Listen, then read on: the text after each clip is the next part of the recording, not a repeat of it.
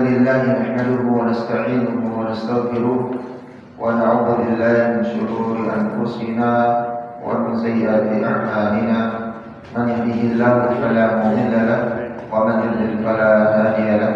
أشهد أن لا إله إلا الله وأشهد أن محمدا عبده ورسوله لا نبي بعده. اللهم صل على محمد وعلى آل محمد كما صليت على إبراهيم وعلى آل إبراهيم في العالمين إنك حميد مجيد. الحمد لله ألف بين قلوبنا. الحمد لله ألف بين قلوبنا وألف بين قلوبنا فأصبحنا وأمسينا بنعمة الإيمان وبنعمة إخوانا. ثانيا صلاة وتسليما على نبينا محمد صلى الله عليه وسلم الذي هو أسوتنا وقدوتنا إلى يوم الآخر. Alhamdulillah, Bapak-bapak dari dirahmati Allah Subhanahu wa taala, jamaah salat maghrib dan isya dan salat Jumat dirahmati Allah Subhanahu wa taala. Kembali di dalam selesai melaksanakan salah satu kewajiban kita, yakni salat maghrib secara berjamaah. Semoga Allah Subhanahu wa taala menerima amalan ibadah salat kita dan sama-sama berharap Allah Subhanahu wa taala menjadikan amalan ibadah ini menjadi amalan yang terbaik, yang tentunya harapan kita menjadi syafaat kalau kita nanti di yaumul qiyamah. Amin ya rabbal alamin. Bapak-bapak dirahmati Allah Subhanahu wa taala, mengenai tentang bagaimana Allah Subhanahu wa taala memberikan kemudahan setiap amalan daripada puasa, baik itu salat lima waktu, amalan ibadah yang lainnya yang berkaitan tentang muamalah dan seterusnya. Maka ini menjadi hal-hal yang tentunya sama-sama kita perhatikan, karena gejala ibadah dalam kita bermuamalah, terutama yang berkaitan dengan hubungan dengan Allah Subhanahu wa taala, sama-sama kita mempunyai harapan bahwa setiap ibadah itu yang tentunya harapan kita itu diterima oleh Allah Subhanahu wa taala dan menjadi amalan terbaik di sisi Allah Subhanahu wa taala. Maka daripada itu pentingnya dari setiap ibadah yang kita lakukan itu sesuai dengan apa yang dicontohkan oleh baginda Rasulullah SAW, dan tentunya sama-sama juga menjadikan sebagai setiap amalan ibadah itu sesuai dengan apa yang memang menjadi syariat, yang memang menjadi ketentuan-ketentuan Allah dan Rasulullah SAW. Bapak-bapak dirahmati Allah Subhanahu wa taala, yang melanjutkan daripada pembahasan yang kemarin sampai kita belum selesaikan tentang bagaimana Rasulullah SAW dan tentunya mendapat para ulama tentang membawa puasa dan membayar fidyahnya, ketentuan-ketentuannya. Maka ini menjadi hal yang penting untuk bisa kita perhatikan, terutama masalah tatkala maqawa dan seterusnya. Ini adalah masalah Ramadan. Kita sekarang sudah memasuki daripada bulan Sya'ban, hampir setengahnya sudah lewat ya. Karena sekarang sudah tanggal berapa Sya'ban? 19 atau 20? Iya, sampai Rajab ya. Rajabnya 19 atau 20? Sama dengan penanggalan, karena dia kemarin jatuhnya tanggal 1 Januari, persis sama tanggal 1 Rajab. Maka ini sudah setengah lewat daripada bulan Rajab dan tinggal menunggu daripada hitungan hari masuk Sya'ban dan Ramadan. Maka perlunya kita mempersiapkan daripada amalan tentunya dari muamalah, dari setiap apa yang bisa kita lakukan dalam ibadah. Baik, teman Allah Subhanahu wa taala, review sebagian sedikit dari pembahasan yang kemarin tentang orang-orang yang mana di dalam sesuai dengan hadis baginda Rasulullah SAW, dengan wanita hamil, begitu juga yang menyusui, yang lagi nifas, ataupun lagi haid dalam musafir perjalanan, sakit dalam kategori sakitnya sudah divonis tidak akan sembuh, ya akan menahun.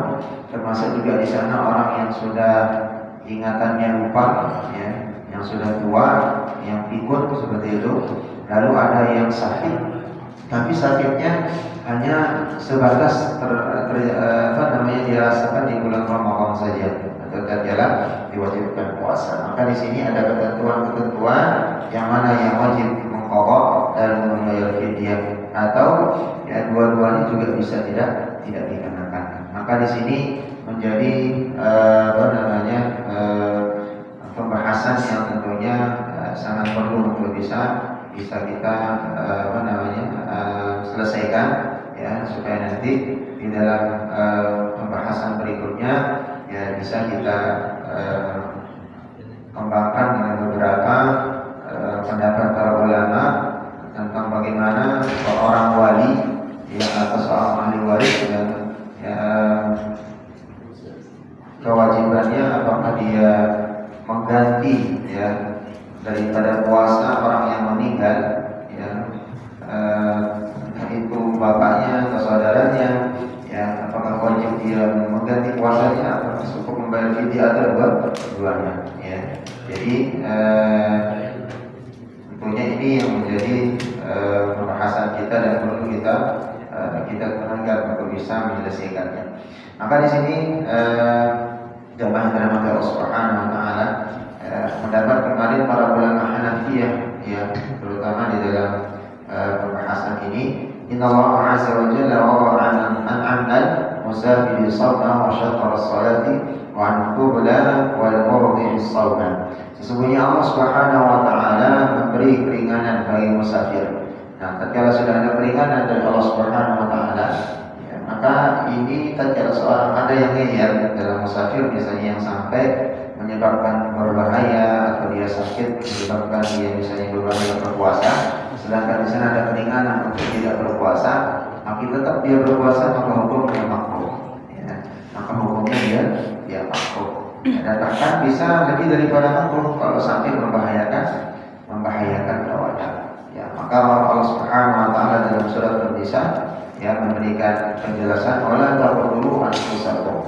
Jadi Allah Subhanahu wa taala itu melarang, ya, kita, ya, sampai membunuh diri sendiri, menyakiti diri sendiri. Dan di sini ini juga sebagai dalil di dalam surat An-Nisa ayat 29 ini, sebagai orang yang seorang muslim beriman, yang hukumnya haram apabila dia sudah mengakhiri hidupnya tanpa sebab, tanpa hukum syar'i ataupun dengan alasan apapun, ya.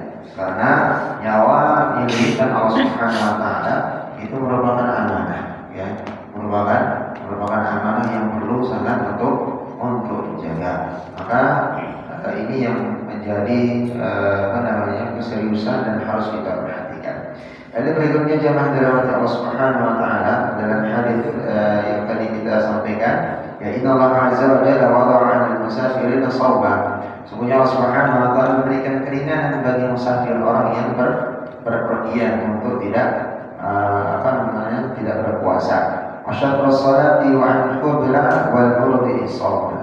Ya, begitu juga dia berpuasa boleh diberikan keringanan, ya, mengqasar salat pun iya, sebagaimana pembahasan kita sebelumnya, ya, dia bisa mengqasar salat atau bisa juga dalam konteks dia menjamak juga. Sedangkan wanita hamil atau menyusui diberikan keringanan untuk tidak berpuasa juga, sebagaimana pembahasan kita di pekan yang lalu. Lalu pendapat para ulama Hanafi, ya, tentang hal ini, ya, bahwa wanita hamil atau menyusui harus mengqadha dan tidak perlu membayar fidyah, ya. Qadha, ya, wajib membayar fidyah, tidak perlu. Ini di kalangan mazhab Hanafiyah. Lalu di kalangan imam mazhab Hanbaliyah dengan Asy-Syafi'i berpendapat bahwa jika puasanya, ya, akan membahayakan anaknya, kemarin terbagi dua, ya, maka ia lebih baik tidak berpuasa. Anaknya saja, misalnya khawatir ibunya anak ini di dalam janin ini takutnya terjadi sesuatu nanti, maka di mazhab Imam Ahmad bin Hanbal, ya, Hanabilah dengan Asy-Syafi'i, itu mengatakan bahwa dia lebih baik tidak berpuasa tatkala khawatir anaknya terjadi sesuatu atau membahayakan daripada dirinya. Tapi harus mengqadha dan membayar fidyah. Jadi dua. Kalau anaknya dia khawatirkan, ibunya tidak, maka wajib hukumnya dia mengqadha dan membayar fidyah. Namun jika puasanya akan membahayakan dirinya saja, ibunya saja, ya, ibunya saja ini. Lalu di sana dan anaknya, ya, ibu dengan anaknya. Nah, di sini ada dua. Kalau yang pertama tadi khawatir anaknya saja. Kalau dia mengkhawatirkan dirinya akan bahaya, janinnya juga, anaknya juga, baik yang dia kandung atau yang dia susui, ya, maka ia harus mengqadha dan tidak perlu membayar ya. Ya. Jadi yang pertama kalau janinnya saja, ibunya enggak, wajib dua, dia mengqadha dengan bayar ya. Tapi kalau dua-duanya khawatir, tidak wajib berarti ini hanya mengqadha saja. Maka di sini konteksnya bahwa menjadikan sebagai anak itu kekhawatiran, begitu juga dengan yang mengandung, ya, sama-sama ada dalil yang memberikan jelasan. Maka orang yang boleh tidak puasa dan wajib mengqadha siapa saja, ya, boleh dia tidak berpuasa tapi wajib dia mengqadha, ya, tidak disangkut pautkan dengan membayar fidyah. Maka di sini orang yang sedang sakit dan orang yang sedang musafir boleh tidak berpuasa, ya, maka dia akan tetapi wajib mengqadhanya. Ya, kembali lagi wajib mengqadhanya. Beda dengan hal orang yang sudah dikatakan divonis sakit, ya, sembuhnya sulit atau tinggal menunggu saja, ya, maka di sana ya, tidak wajib mengqadha tapi hanya membayar fidyah saja. Nah, kemarin kita sempat ajukan pertanyaan, bagaimana dengan orang yang misalnya sakit gigi, lukanya sakit, misalnya jatuh kendaraan, tabrakan, ya, cuma misalnya lecet dikit aja, boleh nggak perlu puasa? Ya. Nah, jadi ada beberapa pendapat kalau mengatakan bahwa di dalam pembahasan atau di dalam kitab Al-Qurtubi, ya, diceritakan bahwa beberapa ulama salaf, ya, bukan salafi tapi salaf itu generasi salaf, orang-orang yang saleh pada zaman yang tadi setelah generasi para sahabat membolehkan tidak puasanya meskipun sakit yang dideritanya itu ringan, ya, contohnya seperti luka di jari sedikit, atau sakit gigi, atau sakit perut misalnya, ya, atau buang-buang air dan seterusnya termasuk, ya, kalau karena ayat di atas, ya, menerangkan atau menerangkan tentang bagaimana termasuk daripada sakit itu secara umum. Kaidah marid tatkala Allah Subhanahu wa taala mengatakan, ya, di dalam dalil tentang kewajiban berpuasa, ya, tentang orang yang musafir, orang yang sakit, ya, itu dibolehkan untuk tidak berpuasa. Nah, ini pendapat kalangan salafus saleh mengatakan itu dalilnya umum. Untuk sakitnya tidak dikhususkan sakit apa saja diperinci. Nah, maka di sini untuk memberikan kemudian para ulama merinci mana yang termasuk sakit yang memang menampar berat, mana yang sakit ringan. Maka ada yang berpendapat karena ini dalil yang umum, ya, di dalam ayat yang menerangkan tentang orang berpuasa Ramadan itu, ya, kutiba alaikum siyam kama kutiba alal ladzina min qablikum la'allakum tattaqun ayyaman ma'dudat faman kana minkum maridan aw 'ala safar. Siapa yang sakit perjalanan boleh tidak berpuasa, boleh tidak berpuasa tapi wajib mengqadha. Nah, kata sakit ini pada para ulama dari kalangan salafus saleh dulu itu sifatnya umum, tidak ada yang dikhususkan. Maka sakit gigi, luka sedikit, karena judulnya baunya sakit, boleh tidak dia berpuasa, ya. Maka ayat ini secara umum, maka di sini termasuk musafir juga, ya, tidak boleh untuk berpuasa meskipun dia mampu untuk berpuasa, boleh dia tidak berpuasa. Mampu dia berpuasa tapi karena musafir dibolehkan untuk tidak berpuasa. Maka dengan orang yang sakit atau boleh berpuasa meskipun mampu melakukannya, pendapat ini diambil juga oleh kalangan termasuk Imam Al-Bukhari, ya. Akan tetapi, ya, konteksnya bahwa di sini kalau dia mampu untuk berpuasa, ya, sulit nantinya dia akan mengqadha, maka lebih baik dan lebih harus wajib hukumnya berpuasa walaupun dia sakit. Ya. Tapi kalau dia misalnya kemampuannya nanti mengqadha atau dia akan mengulangi atau dia mengganti puasa itu gampang, tidak ditunda-tunda, ya maka ini bagian daripada rukhsah peringanan itu sendiri. Maka di dalam sebuah hadis Rasulullah SAW mengatakan, ya rukhsatun minallah. Ya, tatkala Rasulullah SAW yang merasa kuat untuk berpuasa ketika sedang dalam perjalanan, ya salah seorang bersahabat bertanya kepada Rasul, ya Rasul, di dalam perjalanan musafir ini aku kuat untuk berpuasa, tapi perjalanannya jauh, perjalanannya melelahkan, bagaimana hukumnya kalau aku tetap berpuasa? Maka Rasul mengatakan, ya rukhsatun minallah, sesungguhnya ya perjalanan musafir dibolehkan untuk tidak berpuasa itu rukhsah dari Allah, keringanan dari Allah. Faman aqalla biha fahasan. Nah, siapa yang mengambil keringanan itu maka itu baik. Wa man ahabbu ayasum fala junahu alaihi. Dan barang siapa yang masih ingin puasa, sakit-sakit atau dalam perjalanan, maka tidak ada salahnya. Ya, asalkan catatannya jangan sampai membahayakan ini. Nah, inilah menjadi sebuah catatan di dalam Islam itu tidak mempersulit walaupun hukumnya wajib puasa Ramadan. Lalu berikutnya dalam hadis yang lain, Rasulullah SAW mengatakan, innakum qad danutum min uluwikum wal fitru aqwalakum. Kalian telah dekat dengan musuh. Ya, tatkala Rasulullah SAW ya berperang dengan kaum Quraisy, atau di dalam sejarah peperangan yang ada itu lebih banyak disebutkan oleh di dalam hadis sejarah, ya Rasulullah dan para sahabat itu dalam kondisi Ramadan, dalam kondisi berpuasa. Maka di sini banyak hadis-hadis yang menerangkan tentang para sahabat itu berpuasa dalam kondisi berperang. Ada sebagian juga berbuka atau tidak berpuasa. Maka sahabat yang berpuasa tidak iri terhadap yang tidak puasa. Begitu juga dengan yang tidak puasa tidak iri dengan para sahabat yang tetap mempertahankan puasa. Innakum qad danutum min aduwikum wal fitru aqwalakum. Kalian telah dekat dengan musuh kalian di dalam puasa, akan Nabi menguatkan kalian, kata Rasulullah SAW. Maka pilihlah tidak jangan puasa, ya, karena kita sudah dekat dengan musuh. Maka ini salah satu sunnah Rasul. Maka nanti ada pembahasan yang menerangkan bahwa orang kalau kemarin, tatkala orang musafir, batas kota itu sebagai patokan. Kemarin kita sudah bahas berpuasa, karena dalam sholat, puasa dengan sholat ini sama, ya, konteksnya.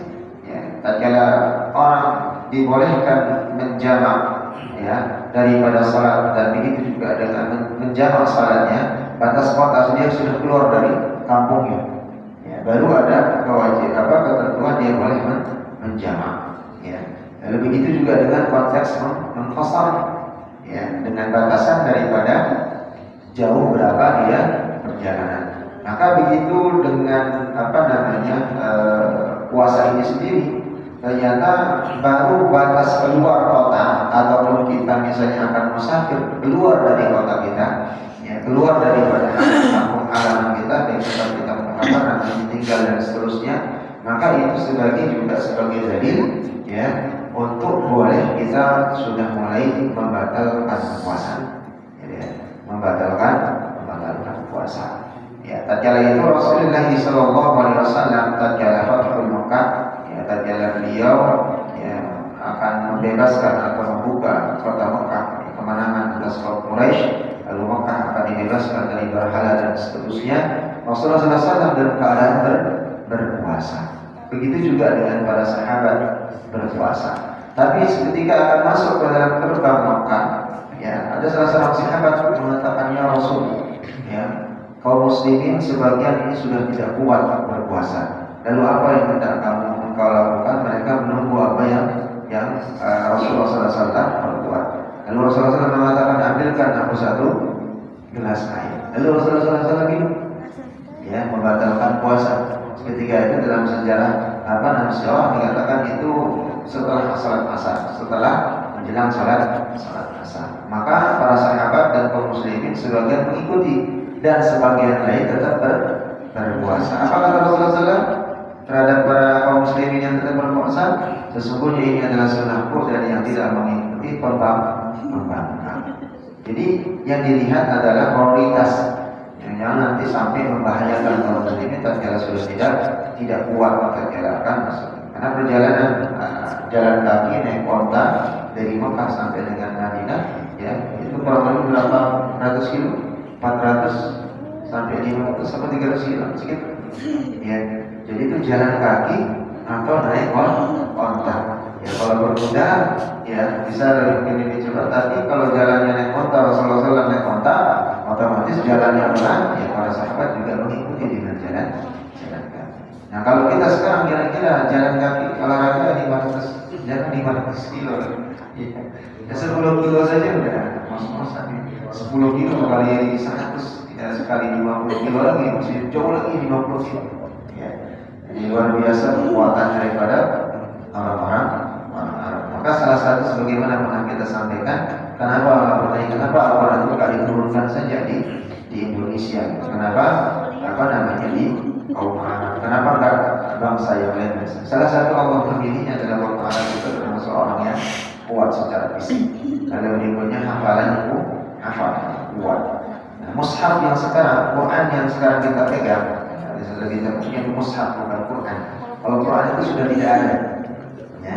Setelah Rasulullah SAW mendapatkan wahyu dari Jibril alaihissalam atas perintah Allah, maka itu adalah Quran. Qara.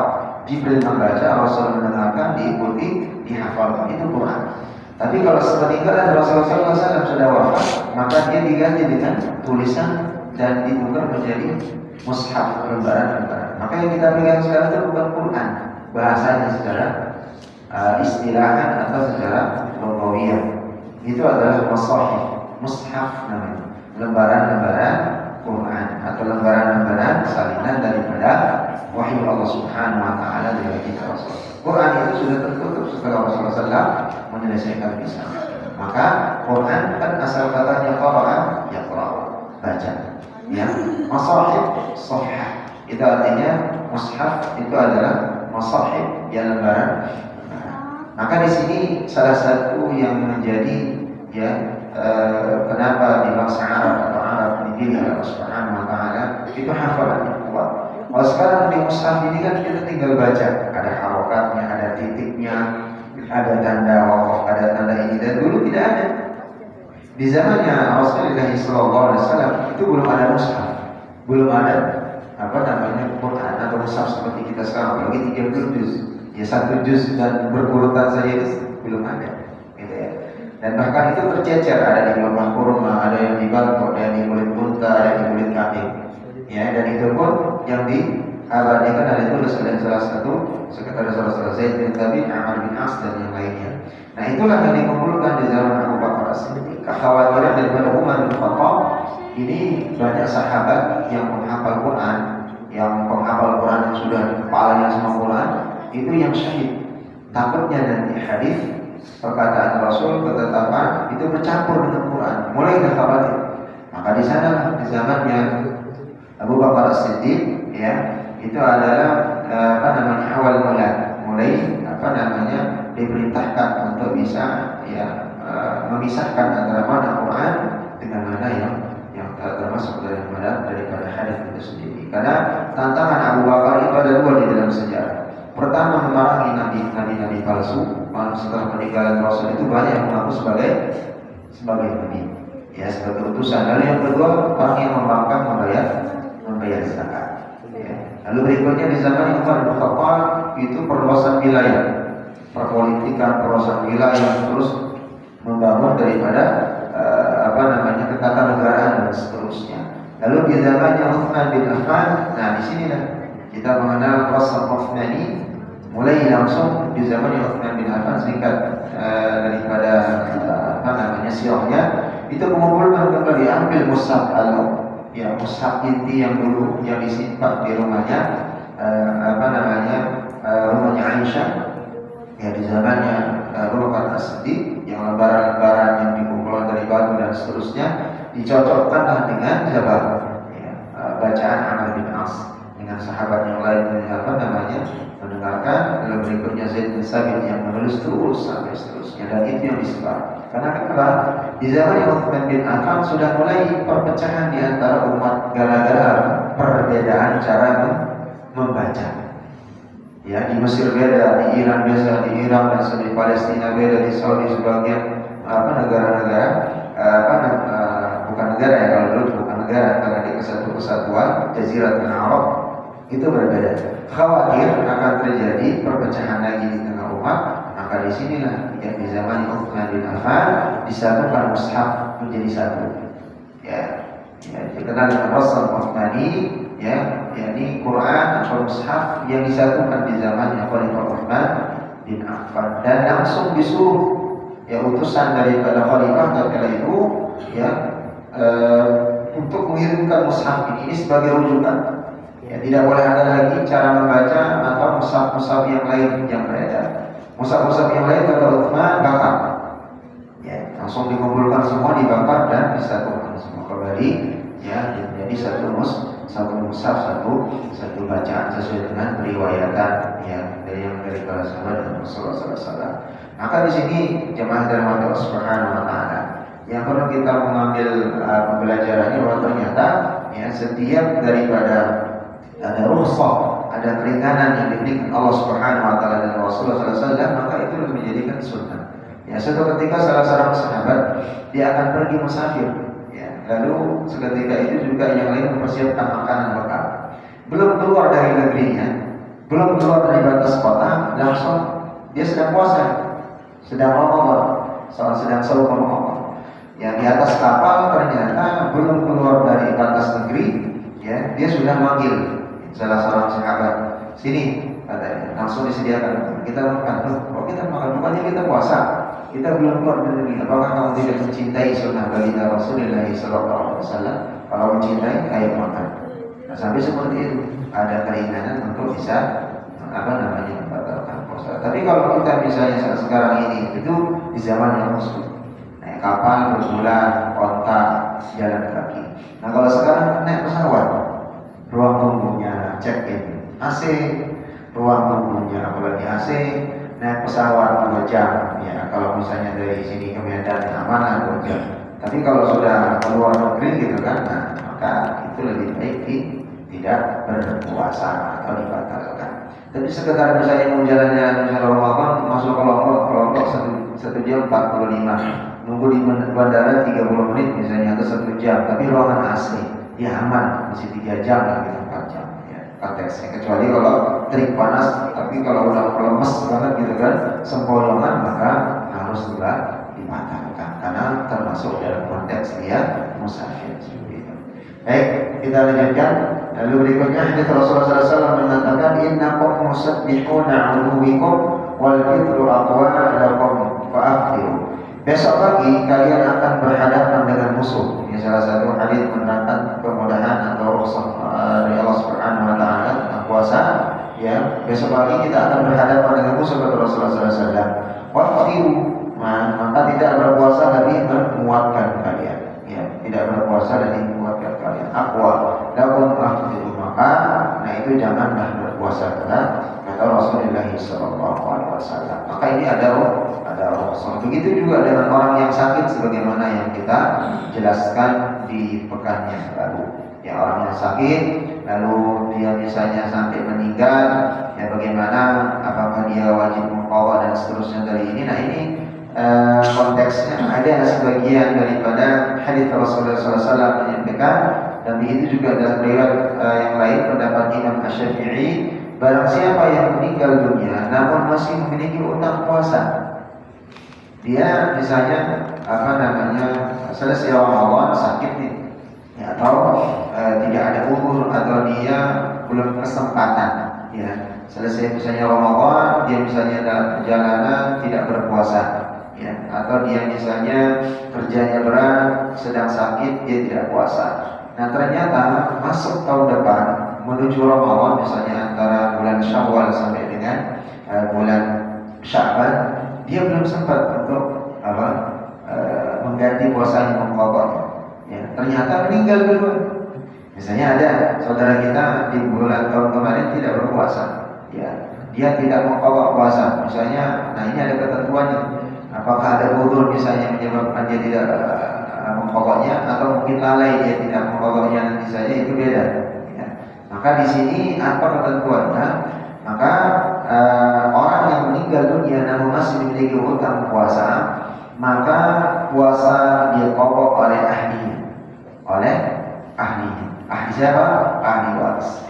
Ya, kalau misalnya bapak ibu berarti anaknya, ya, baik itu anak, begitu juga dengan keluarga, termasuk daripada ahli waris yang mempunyai ketentuan mendapatkan warisan daripada orang yang meninggal tersebut.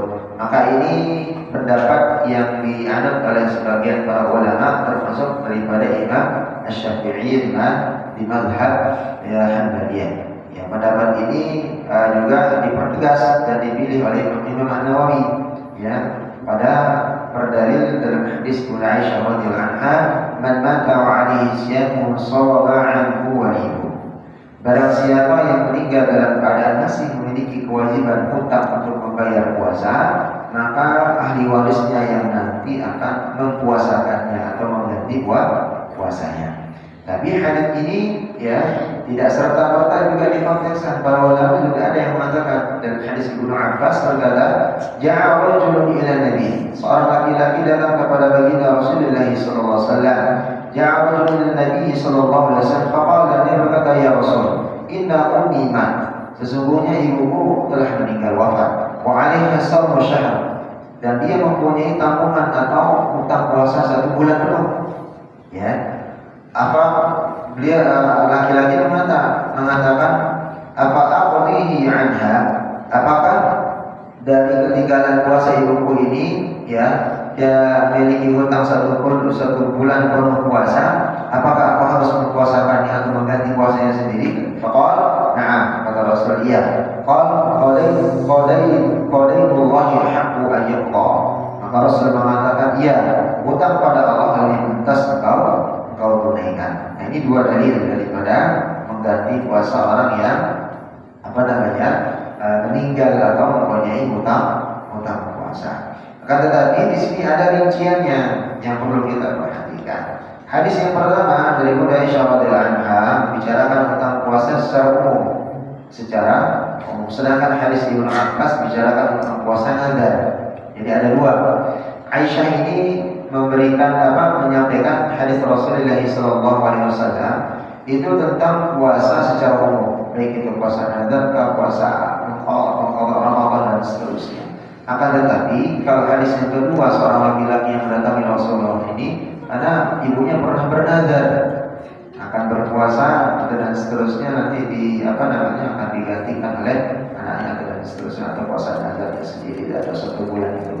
Maka di sini ya hadis daripada Aisyah radhiyallahu anha ya itu dikhususkan dengan hadis Ibnu Abbas karena dalamnya tidak ada pertentangan. Jadi hadisnya Aisyah ya itu dikhususkan dengan hadis Ibnu Abbas. Saling keterkaitan itu. Ya sebagaimana di ilmu ushul fiqh yang mengatakan bahwa taksis atau khususan itu ya itu adalah jika terdapat saling pertentangan antara dalil yang ada. Namun dalam kasus ini tidak ada pertentangan dalil, satu sama lain itu saling menguatkan. Satu khusus ya atas nama satu umum di Aisyah, hadis Aisyah, lalu Ibnu Abbas itu mengkhususkan. Maka di sini dalam hari daripada pokok puasa yang dibagikan seorang laki-laki, maka ada perinciannya yang Allah Subhanahu wa taala. Maka puasa bagi orang yang meninggal dunia yang pertama ya yang perlu kita perhatikan supaya nanti tidak salah paham dalam memahaminya. Jika seorang tertimpa sakit ya, yang tidak kunjung sembuh, maka ia tidak ada kewajiban puasa ya, dan tidak ada qada puasa ya. Jadi kalau dia tertimpa sakit yang tidak kunjung sembuh ya, sudah pokoknya tinggal menunggu meninggalnya, maka tidak ada kewajiban dia berpuasa dan tidak ada qada puasa kewajibannya. Yang ia lakukan hanyalah mengeluarkan atau membayar fidyah yang diharuskan, yang membayar fidyah dengan memberikan makan kepada orang miskin bagi setiap hari yang dia tinggalkan, 1 orang miskin. Boleh dengan cara pilihan. Satu hari misalnya ditinggalkan, satu yang dibayar. Atau sekaligus nanti menunggu selesai Ramadan, ya sekaligus kumpulkan misalnya 30 orang miskin atau tidak mampu untuk membayarnya. Akan tetapi di sini tidak dibolehkan. Misalnya kan sakitnya ini misalnya 5 tahun, ya. Tahun pertama diponis ini nggak bakalan sembuh. Berarti kan nggak ada dia mengkawal, tidak diwajibkan puasa hanya bayar fidyah. Ternyata karena keluarganya saking pintarnya mengambil inisiatif. Inisiatifnya gimana? Sebelum selesai Ramadan, gue bayarin aja nih fidyah dari orang tua saya. Kita juga nanti sama aja Ramadan selesai dibayarin fidyah. Jadi duluan membayar fidyah, ya sebelum selesai Ramadan. Ini tidak dibolehkan. Ya, ini tidak dibolehkan. Jadi selesaikan Ramadan, ya baru nanti selesai Ramadan itu boleh dibayar di fidyahnya atau di bulan Syawal. Begitu juga tatkala kita mengqadha. Lebih utama mengqadha daripada puasa yang ditinggalkan itu selesai bulan Ramadan di Syawal. Jangan sampai ditunda-tunda. Dan tidak ada dalil yang memang yang menjelaskan tentang mengqadha puasa itu harus berturut-turut. Misalnya kita meninggalkan puasa karena sakit 10 hari, harus berturut dari 1, 2, 3 sampai 10 kali. Tidak mesti. Ya. Kan ini misalnya dapat 1, bukan depan 2, dapat 3, seterusnya. Atau bulan ini dapat 2 dan seterusnya boleh. Ya, tidak ada yang khusus menandakan harus berturut-turut. Maka wajib membayar fidyah dan jalan dia sakit, ya tidak kunjung sembuh dan tidak wajib mengqadhanya. Akan tetapi memberikan anak miskin ia boleh jadikan lakukan ketika ia hidup, ya. Jika memang belum ditunaikan ahli waris yang nanti menunaikannya ketika ia telah meninggal dunia. Ini yang pertama. Jadi tatkala dia masih hidup, maka dia boleh membayar fidyah. Dia tidak berpuasa. Tapi tatkala sudah meninggal, ada ketinggalan puasanya, maka ahli warisnya yang membayar fidyahnya. Lalu ketentuan yang kedua, adapun jika seorang tertimpa sakit yang diharapkan sembuh, sakit diharapkan sembuh, masih sembuh nih, ya maka ia tidak wajib berpuasa juga di bulan Ramadan karena sakit yang dia derita, ya. Namun ia punya kewajiban untuk mengqadha puasanya, ya, mengqadha puasanya dan tidak membayar fidyah. Ya, jadi sakit tidak, ya, tapi ada kesempatan atau kemungkinan untuk sembuh dan sembuhlah. Sakit mungkin sakit bulanan atau tahunan, maka wajib hukumnya dia mengqadha selesai puasa, ya. Nah ternyata tidak mampu menunaikan qadhanya karena sakitnya itu terus menerus hingga akhirnya meninggal dunia, maka ia tidak punya kewajiban mengqadha puasa dan juga tidak kewajiban membayar fidyah. Nah ini yang perlu disadar, ya. Jadi dia sakit, ada ketentuan kalau disembuh bisa nih disembuhkan penyakitnya. Ternyata lambat laun sakitnya makin parah, ternyata nggak bisa sempat qadha, nggak sempat dia qadha karena ternyata berat sakitnya yang tadi divonis akan bisa sembuh. Nah disinilah ya ditetapkan bahwa ya dia tidak memiliki kewajiban untuk mengqadha puasa dan juga tidak ada kewajiban mengeluarkan fidyah. Ahli warisnya pun ya tidak dimintakan untuk membayar pokok puasanya dan juga tidak dimintakan untuk membayar fidyah, ya. Maka Al-Hawani seorang ulama mengatakan, para ulama sepakat bahwa jika seseorang tidak puasa karena alasan sakit, sekali lagi jumhur ulama memberikan pendapat jika seseorang tidak berpuasa karena alasan dia sakit dan safar lalu tidak meremehkan dalam penunaian pokok. Ya, jadi sakit, safar, dia di dalam sejarah kehidupannya dia tidak pernah meremehkan kalau dia masalah qadha. Dia selalu tepat waktu untuk mengqadha hingga ia meninggal, maka ia tidak ada kewajiban mengqadha dan juga tidak ada kewajiban membayar fidyah. Kecuali ya kalau dia misalnya meremehkan, besok aja lah sakit bentar ini, besok kita bayar lagi, besok kita kan bisa qadha, dan ternyata meremehkan lagi kelewat Ramadan dan kelewat, maka ini berbeda hukumnya dengan kasus yang ini. Lalu ketentuan yang ketiga jemaah dirahmati Allah Subhanahu wa taala, adapun jika seorang sakit, ya, dan ya penyakit ini bisa diharapkan sembuh dan setelah sembuh ia mampu untuk mengqadha. Kalau tadi masa yang kedua diharapkan sembuh ternyata berlanjut sakitnya. Kalau ini dia diharapkan sembuh sembuh dia benar-benar, ada kesempatan untuk dia mengqadha, namun ia meremehkan, ya, meremehkan untuk mengqadha, ya, sehingga dia belum menunaikan sampai dia meninggal ternyata. Ya, jadi divonis sakit, ada kesembuhan, sembuh dia, ada kesempatan untuk mengqadha. Kalau yang bagian kedua tadi nggak sempat dia mengqadha karena memang berlanjut sakitnya. Ini sembuh, kesempatan ada mengqadha, tapi dia remehkan mengqadha. Ternyata tahun berikutnya meninggal, atau bulan berikutnya meninggal, nggak sempat dia mengqadha. Ya, maka apa kewajibannya? Maka orang yang semacam ini disunahkan untuk membayar qadha puasanya selama berapa hari ahli warisnya. Ahli warisnya yang disunahkan untuk membayar qadha sunnah hukumnya. Ya. Jika ahli waris yang tidak membayar qadha, nggak ada yang mampu, janganlah gitu ya, maka bisa diganti dengan membayar fidyah, ya, membayar fidyah. Jadi ini yang perlu kita perhatikan, bedakan antara konteksnya adalah kesimpulannya antara orang yang benar-benar sungguh ingin mengqadha dengan orang yang lalai. Ya, karena banyak orang-orang sebagian itu lalai dalam mengganti daripada puasa ini. Santai dia sakit, besok bisa untuk mengganti, ternyata kelewat dan seterusnya. Dan tidak boleh hukumnya seseorang meninggalkan puasa tahun kemarin, dia lalaikan, tidak sempat ketemu Ramadan lagi, baru dia mengqadha daripada puasanya. Maka ini para ulama ada sebagian mengatakan maka untuk menggantinya ini, ya, konteksnya dia harus bertaubat kepada Allah. Ya, apakah kewajibannya tadi akan gugur? Tidak, harus ditunaikan untuk mengqadha puasa tersebut, tapi harus bertaubat kepada Allah, karena ada kesalahan kelalaian yang dia lakukan dengan sengaja. Maka ini jamaah yang Allah Subhanahu wa taala tentunya harus kita benar-benar perhatikan dalam konteks ini. Lalu berikutnya yang perlu mungkin nanti kita akan selesaikan, insyaallah nanti lebih ringkasnya kita bisa pada salat Isya, ya, tentang bagaimana orang-orang yang wajib tidak berpuasa dan wajib mengqadha yang sudah kita bahas sebelumnya, dan begitu juga dengan hari-hari yang dilarang dalam Islam berpuasa, ya, hari apa saja yang dilarang dan tentunya ketentuan-ketentuannya, ya, maka ini menjadi bagian daripada keharusan yang perlu kita perhatikan. Maka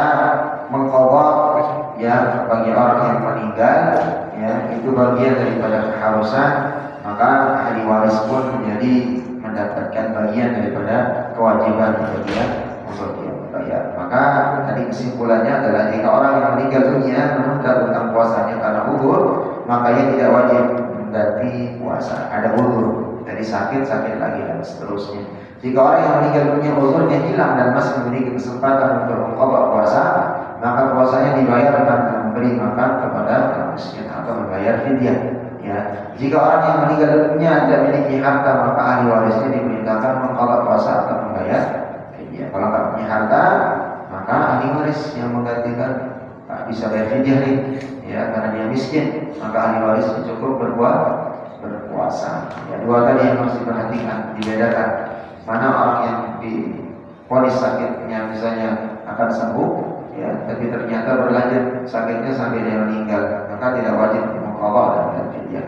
Tapi tatkala dia divonis bisa sembuh, ya, ternyata dia sembuh, ada kesempatan untuk mengqadha, tapi lalai dia, ya, sampai dia meninggal, maka hukumnya wajib dia di sini mengqadha, baik itu dari konteksnya atau ahli warisnya atau cukup dengan membayar fidyah. Baik, ada pertanyaan? Kalau mukoro dari dua waktu bersama dengan puasa sunnah dan dihukumis, itu gimana Ustaz? Boleh. Maka itu lebih bagus. Salah satunya dari Bunda Aisyah radhiyallahu anha. Kami pernah kita pernah masalah membacakan hadisnya di sini dan membahasnya. Bunda Aisyah sebenarnya ada sebagian hadisnya, tapi ini konteksnya adalah karena ikhtiar supaya mendapatkan keutamaan bulan Sya'ban dengan bulan Rajab. Sya'ban dikumpulkan qadhanya di bulan Sya'ban, karena hadis-hadis Rasulullah SAW itu menyampaikan memperbanyak puasanya di bulan Sya'ban. Karena itu teman-teman, maka beliau memperbanyak mengganti puasa haid dan nifas dan segala macam di bulan Sya'ban. Itu. Tapi jangan sampai Kembali lagi, yang namanya umur kan kita nggak tahu. Takutnya nanti kita kebagian daripada yang lalai tadi. Nah, dia itu meninggal kan ya. Alhamdulillah kan ya. Ternyata belum sempat membawa. Gitu ya. Nah, jadi tentang tadi kata saya bertanya, apakah bisa dijawab dengan puasa sunnah? Bisa. Dapatnya dua bahan, tapi tetap niatnya apa? Niat qadha. Jangan niat puasa sunnah. Ya, puasa sunnah itu bukan qadha jadi. Karena yang wajib itu qadhanya. Gitu ya. Dapat mendapatkan keutamaan Senin dan Kamis. Maka itu maka tadi tidak ada dalil yang menerangkan tentang harus berturut-turut puasanya dan seterusnya. Ya, jadi ada yang lain?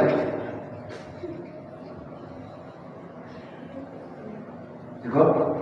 Insyaallah nanti di Malaysia kita lanjutkan sedikit. Semoga Allah Subhanahu memberikan kemudahan pemahaman kepada kita, berikan taufik dan hidayah keberkahan dan amin ya rabbal alamin. Kita tutup bersama-sama dalam majlis. Subhanallah wa bihamdik, asyhadu an la ilaha illa anta astaghfiruka wa atubu ilaik. Assalamualaikum warahmatullahi wabarakatuh. Waalaikumsalam.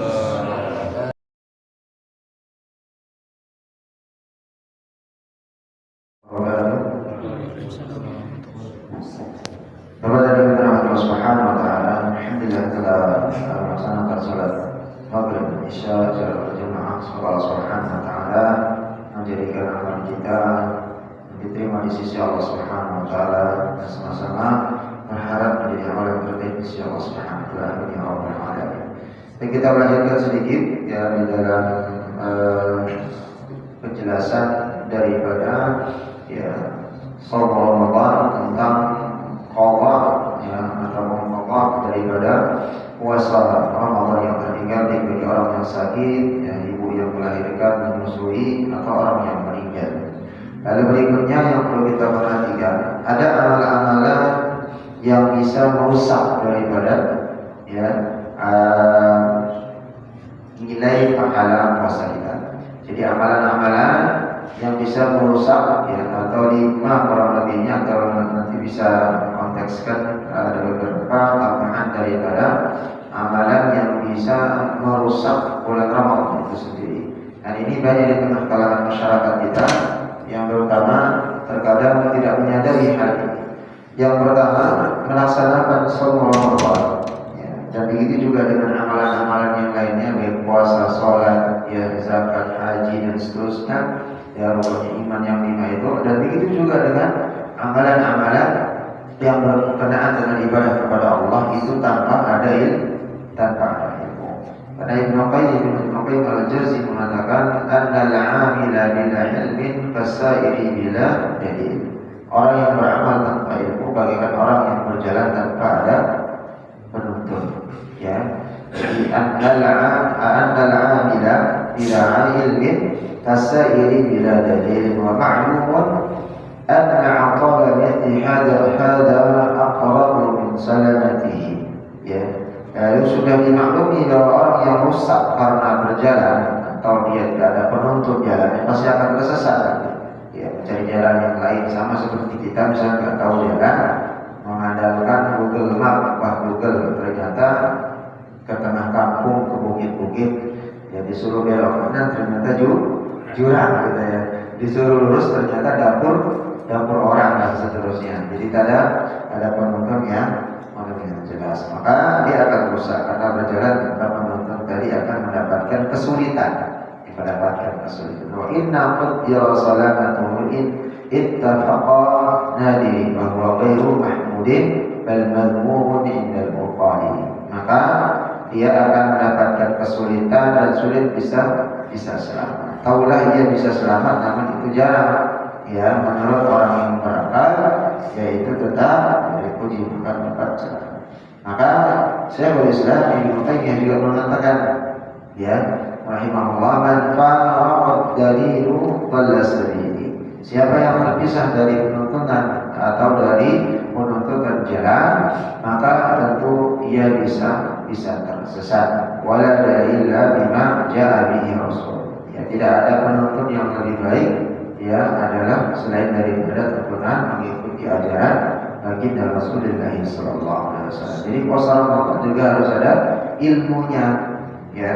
mana yang wajib tidak berpuasa kapan dan seterusnya, mengkopanya bagaimana dan seterusnya, dalilnya seperti apa dan seterusnya. Maka ini perlu kita kondisikan. Lalu yang kedua yang merusaknya masih meneruskan maksiat. Selama berpuasa dia masih bermaksiat. Bagi kita Rasulullah SAW menyampaikan dalam sebuah hadis, "Ratu sha'im qawwuhun min siyamihi al-ju' wal 'atas." Ini yang secara umum yang seperti disampaikan, betapa banyak orang-orang yang berpuasa menahan lapar dengan hausnya, namun tidak mendapatkan apa-apa dari puasa tersebut kecuali ju' wal 'atas, kecuali hanya lapar dengan haus saja. Karena maksiat yang dia lakukan, dosa-dosa tetap berjalan di bulan Ramadan. Baik itu milah uang, baik itu korupsi misalnya, atau yang lain yang berbuat dosa yang sampai ukurannya bisa merugikan orang dan berbuah daripada kesalahan dan dosa. Dari Abu Hurairah radhiyallahu anhu hadis yang lain, anna Rasulullah sallallahu alaihi wasallam yaqul, "Man lam yada' qaul az-zuri." Barang siapa yang tidak meninggalkan perkataan yang dusta, ya wal amal bihi falaysa lillahi hajah. Ya, perkataan dusta lalu berikutnya mengamalkan amalan yang mana termasuk juga amalan yang berdusta, ya maka Allah tidak butuh dari apa? Allah tidak butuh, falaysa lillahi hajatun. Allah tidak butuh daripada hajat atau rasa apa min yada atau amal masyarakat dari dia atau menghalangi dia makan dan minumnya. Artinya Allah tidak butuh puasa. Kalau orang yang masih melakukan amalan atau perkataan dusta, begitu juga dengan ya mengamalkan sesuatu yang termasuk dusta. Maka di sini juga Rasulullah mengatakan dalam hadis Abu Hurairah, "Laisa siyamu minal aqli wasyarab." Puasa bukanlah hanya menahan lapar dan meminum saja. Inna masyamu minal lagwi warafat. Akan tetapi puasa adalah dengan menahan diri dari perkataan lagwi, sia-sia, dan rafat, perkataan yang merusak atau perkataan yang bisa menimbulkan dosa. Fa inna sadaqa ahadun aw ju'in fa inna sabbaka ahadun aw ju'ila 'alaika faltaqul inni sha'imun wa inni sha'imun. Nah, apabila ada seseorang yang mencelamu atau berbuat usil padamu, mengajak berantem, mengajak pula, katakan ini faqul ilaihi inni sha'imun. Aku sedang puasa, ini sha'imun. Ya, maka katakan kepadanya sedang puasa, aku sedang puasa. Lalu berikutnya yang merusak amal di bulan Ramadan, ya, setelah kita tidak tahu, bisa di ilmunya nggak tahu, lalu dua maksiat selalu jalan, yang ketiga masih pelit dalam mendermakan harta, masih pelit dalam berinfak. Padahal bulan Ramadan adalah bulan terbaik untuk menjadi dermawan, belajar untuk menjadi orang dermawan lillahi ta'ala. Sebagaimana hadis yang disampaikan Rasulullah SAW dari Ali radhiyallahu anhu, "Inna fil jannati ghurfatan zuhurha." Sesungguhnya di surga terdapat kamar-kamar, al-ghurfah, turab, yang mana bagian luarnya itu terlihat dari bagian dalamnya, luarnya terlihat dari bagian dalamnya. Jadi kalau kita di rumah kita sekarang kan nggak bisa melihat luarnya, pintunya, kecuali memang kita punya bayangan, sudah tinggal di sana. Tapi ini di dalam surga nanti kata Rasulullah SAW, "Inna fil jannati ghurfah." Ada kamar-kamar turab. Di dalam kamar itu kita bisa melihat langsung luarnya tersebut. Wa butunuha, itu juga bisa melihat apa bagian dalam min zuhuriha dari belakang. Jadi ada sebuah kamar yang disiapkan di dalam surga, ya, yang mana bagian luarnya terlihat dari bagian dalam dan bagian dalamnya terlihat dari bagian luarnya. Bagian dalam terlihat bagian luar, dari luar terlihat juga dari luar. Lantas Rasulullah mengatakan, "Faqama a'rabiyyun faqala liman hiya ya Rasulullah." Salah seorang bangsa Arab dari kalangan sahabat itu berdiri, langsung mengacung tangan bertanya, "Untuk siapa itu Rasulullah SAW? Rumah itu atau kamar tersebut? Ya, bagian siapa kamar itu diperuntukkan untuk siapa ya Rasulullah?" Maka Rasul mengatakan, "Liman aqabal kama wa at'ama at-ta'ama wa adama as-siyama wa shalla lillahi bil-laili wan nas qiyam." Maka di sini kamar-kamar yang mewah tersebut yang bisa dilihat bagian luar dari dalam dan dari luarnya dari dalamnya bisa dilihat luarnya, itu adalah dikhususkan kata Rasulullah SAW untuk orang yang berkata benar pertama, ya, yakni orang yang liman aqabal kalam, orang yang senantiasa jujur berkata benar. Wa at'ama ta'am, lalu yang kedua diperuntukkan bagi orang yang memberikan makan bagi orang-orang yang membutuhkan makan tatkala melihat saudaranya kelaparan dan kekurangan, ya. Wa ada masyama, begitu juga diperuntukkan bagi orang yang senantiasa berpuasa, ya, orang yang senantiasa berpuasa. Wassalallahi, dan begitu juga diperuntukkan bagi orang-orang yang senantiasa menyembah Allah, salat bil laili, di malam hari, wan nas niyam, sedangkan sebagian orang atau orang-orang sedang tertidur. Ya, jadi diperuntukkan bagi orang yang siapa? Yang jujur perkataannya, memberi makan atau bersedekah, ya, membagikan sebagian hartanya, lalu orang yang senantiasa berpuasa, dan orang yang senantiasa qiyamul lail, sedangkan orang lain tidur pulas tanpa diketahui orang. Itu khusus, ya, kamar-kamar tersebut untuk orang-orang yang tadi, ya. Lalu yang keempat, yang merusak daripada amalan puasa kita, ya, setelah tadi tanpa ilmu, nggak tahu ya hukum puasa dan seterusnya, pokoknya dan yang lainnya. Lalu berikutnya adalah dia masih berbuat maksiat. Lalu yang ketiga adalah yang masih pelit, tidak mau mendermakan hartanya. Lalu yang keempat, puasanya dia tetap puasa tapi nggak salat. Nah, ini yang banyak yang kita temukan, ya. Dia puasa Ramadan, ya, malu misalnya diketahui oleh mungkin teman kantornya atau teman tongkrongannya nggak puasa dia, tapi nggak sholat 5 waktu, bagaimana? Maka, ya, pakar fikih, ya, daripada di ahlu kerajaan Saudi memberikan daripada pada masa sejarah mereka fatwa, yakni Syekh Muhammad bin Salim Al-Utsaimin rahimahullah. Ya, Syekh Utsaimin pernah ditanya apa hukumnya orang yang berpuasa namun tidak melaksanakan sholat yang 5 waktu. Rahimahullah, beliau menjawab, ya, puasa yang dilakukan oleh orang yang meninggalkan sholat tidak diterima, karena orang yang meninggalkan sholat berarti kafir dan murtad, sebagaimana pembahasan kita tentang bagus sholat. Orang yang sengaja tidak mau sholat, ya, atau dia meninggalkan sholat, jumhur ulama mengatakan, ya, maka dia sudah kafir atau murtad. Maka kalau dia berpuasa sia-sia percuma, gitu, ya.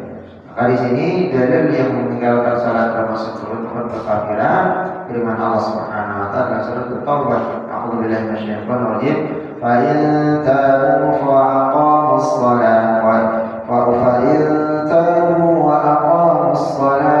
atuz zakah. Jika mereka ingin bertaubat, maka hendaklah mendirikan salat dan menunaikan zakat.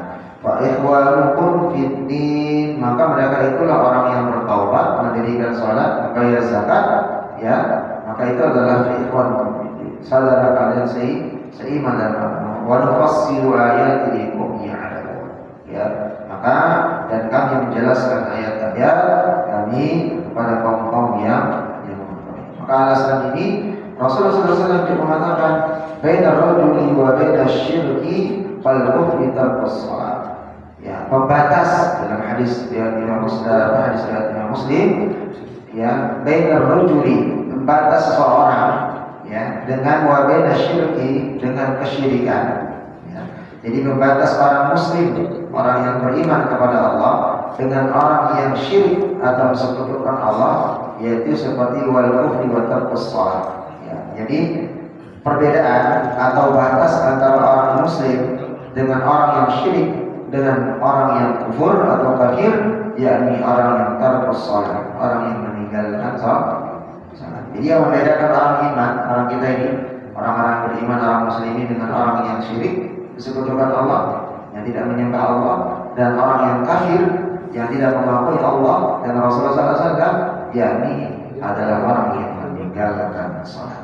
Ya, maka ini yang menjadi dalilnya. Dalil yang berikutnya adalah, ya, ini juga bisa merusak amal, karena syiarnya Ramadan itu kan intinya di mana? Bukan hanya di puasa siangnya, tapi menghidupkan malam. Ada apa di malam hari? Salat tarawih. Ya, apa yang merusak amalnya? Salat tarawihnya ngebut kecepatan dalam melaksanakan salat tarawih. Tidak ada tumanina, tidak ada kekhusyuan, tidak ada syiar misalnya. Padahal kalau misalnya bacaan imamnya ada misalnya ceramahnya bagus, orang semakin semangat. Ya betah gitu, paling enggak walaupun ayatnya panjang tapi bacaannya enak, nyaman, orang nyari. Ya, kalau udah gak zamannya, kalau di kampung dulu nyarinya apa? Anak-anak muda. Yang paling cepat selesai. Kalau sekarang udah gak zaman kayak gitu, udah gak perlu menarik gitu. Mau ngapain selesai? Kalau dulu kan enak.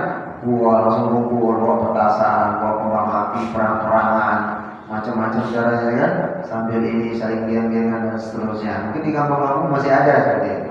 Tapi kalau kita di kota sekarang, ya yang paling ideal adalah nyari apa? Masjid yang dingin, karpetnya juga dicuci, nggak bau kapak gitu kan? Nyarinya juga yang terang. Nah, terlebih lagi ya bacaan imam tarawihnya dan penyampaian dari khatibnya itu enak, jadi nyaman di sana. Ya, jangan sampai ada di musola masjid karpetnya nggak pernah divakum, nggak pernah dibersihin, gitu ya. Kamar mandi juga nggak pernah dibersihin. Ternyata mau jamaah mau wudu, mau buang hajat, nggak ada tempat tipis gitu ya. Itu kan berarti jadi masalah. Atau dikunci seperti orang mandi. Gitu. Maka ini menjadi bagian daripada bisa merusak amalan daripada orang tersebut. Rasulullah SAW bersabda, "Afdhalus sholati tulu kunuti." Ya, kata Rasulullah SAW, sebaiknya sholat adalah yang lama berdirinya. Ya, tulu kunut. Jadi yang paling lama berdirinya. Tapi memperlihat juga daripada kondisi jamaah. Kalau jamaahnya sudah kepalanya 7, kepalanya 8, kalau kita udah bongkok-bongkok ya jangan panjang. Tapi kalau masih di jihad ini kan udah tekor-tekor, walaupun kepala 6, kepala 5 masih kuat, masih bisa nambah kalau ingin nambah nambah makan atau nambah yang lain saja. Jadi kuat-kuat maka termasuk waktu sholat yang dulu berdirinya yang lah. Nabi Hurairah radhiyallahu anhu qala Rasulullah sallallahu alaihi wasallam annahu naha an yusalliya ar-rajulu mukhtasira. Rasulullah sallallahu alaihi wasallam itu ya melarang seorang salat itu mukhtasir. Mana mukhtasir? Ya. Cepat-cepat salatnya, buru-buru salatnya. Maka Imam Ibnu Hajar rahimahullah mengatakan hadis di atas dalam kitab ya Bulughul Maram yang biasa dikaji, ya ini dalam dorongan soal khusyuk dalam sholat. Sebagian ulama menafsirkan ikhtisar itu mukhtasir dalam hadis di atas. Ya, jadi orang yang sholatnya ringkas atau terburu. Tidak ada tumaninah ketika membaca surah. Baik itu surah dibaca cepat, rukuk, sujudnya nggak ada perbedaannya. Ya. Padahal beda antara dia membaca ayat selesai baca ayat, sejenak berhenti, baru Allahu Akbar. Tatkala dia rukuk selesai membaca, sejenak berhenti dari Subhana Rabbiyal A'la, diberhenti beberapa detik sami Allahu liman hamidah. Dari sami Allahu liman hamidah langsung dengan buru-buru Allahu Akbar. Ya, coba Bapak rasakan gimana orang yang rukuk langsung i'tidal, langsung sujud, langsung rukuk. Kita yang muda aja yang berumur 25-30 tahun berpikir yang sakit capek, apalagi kalau Ramadan kita. Allah, Yasin, Allah, Sami Allah, udah kau sendiri gitu ya. Nah apalagi ya semakin bagus ya. Kalau saya pernah di salah satu masjid ya itu cukup sangat nyaman ya, AC enak, ya, karpetnya bersih, jamaahnya teratur, sampai belakang itu penuh full. Ternyata di mimbar ini benar-benar digunakan. Ya, selesai sholat isya, imamnya masuk ke dalam ruangan sebelah, istirahat, minum dulu, murojaah dan seterusnya. Nanti panitia naik mengumumkan ini khotibnya khusus, imamnya khusus.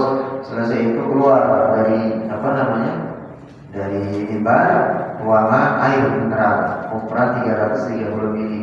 Ya, disebar saat pertama nyebar ke belakang semua. Ya. Jadi satu-satu jamaah dapat yang nggak mau minum, ya kasih saudaranya yang di samping. Jadi tadi sholat karena panjang, karena selesai nanti 3,5 juz ya dalam sehari 11 rakaat dengan witirnya 8 rakaat. Jadi aman, ya. Bacaan imamnya juga bagus nyaman. Jadi sambil minum, selesai dapat 2 rakaat bisa minum nyaman.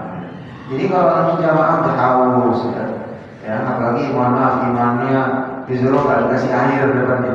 apalagi apa namanya bila dia nggak dapat minum serak-serak sampai terlalu gitu. Jadi benar-benar dibuat karena memang itu bagian dari kita berinfak sedekah gitu ya, insyaallah. Jadi ini menjadi sebuah kesempatan Ramadan ini jangan sampai merusak daripada amalan yang sudah baik yang tentunya bisa kita sudah persiapkan di bulan Rajab dan Sya'ban.